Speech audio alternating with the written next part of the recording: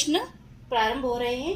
तो प्रथम प्रश्न, बीजी यानी कि भगवत गीता के अनुसार तत्वों को क्रम में लिखे। इन जो दिए गए तत्वों उनको क्रम में लिखना है। ऑप्शन है क्रोध, इंद्रियों विषय में लिप्तता, और तीसरा आसक्ति, और चौथा है काम। तो यह प्रश्न द्वितीय अध्याय जो कि सांख्य योग या ज्ञान योग है उससे संबंधित है।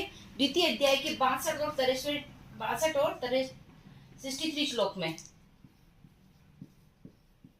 में इसको क्रम में लिखना है। तो इसके क्रम इस प्रकार से होगा, पहला दूसरा, ये वाला दूसरा, फिर इंद्रियों विषयों में लिप्तता से आसक्ति उत्पन्न होती, फिर तीसरा, फिर उन आसक्ति से काम, चौथा, और फिर अंत में क्रोध। तो this is the right answer. इसका क्रम यह रहेगा, इंद्रिय विषयों में लिप्तता, लिप्तता से आसक्ति, आसक्ति से काम, और काम से क्रोध, दूसरा, तीसरा, चौथा और पहला। तो ये 62 और 63 श्लोक वेरी वेरी इंपॉर्टेंट है, हमेशा पूछा जाता है भगवत गीता से प्रश्न। द्वितीय अध्याय सांख्य योग या ज्ञान योग से संबंधित है। प्रश्न 2, बीजी भगवत गीता में कौन क्षेत्र क्षेत्रज्ञ को इंगित करता है?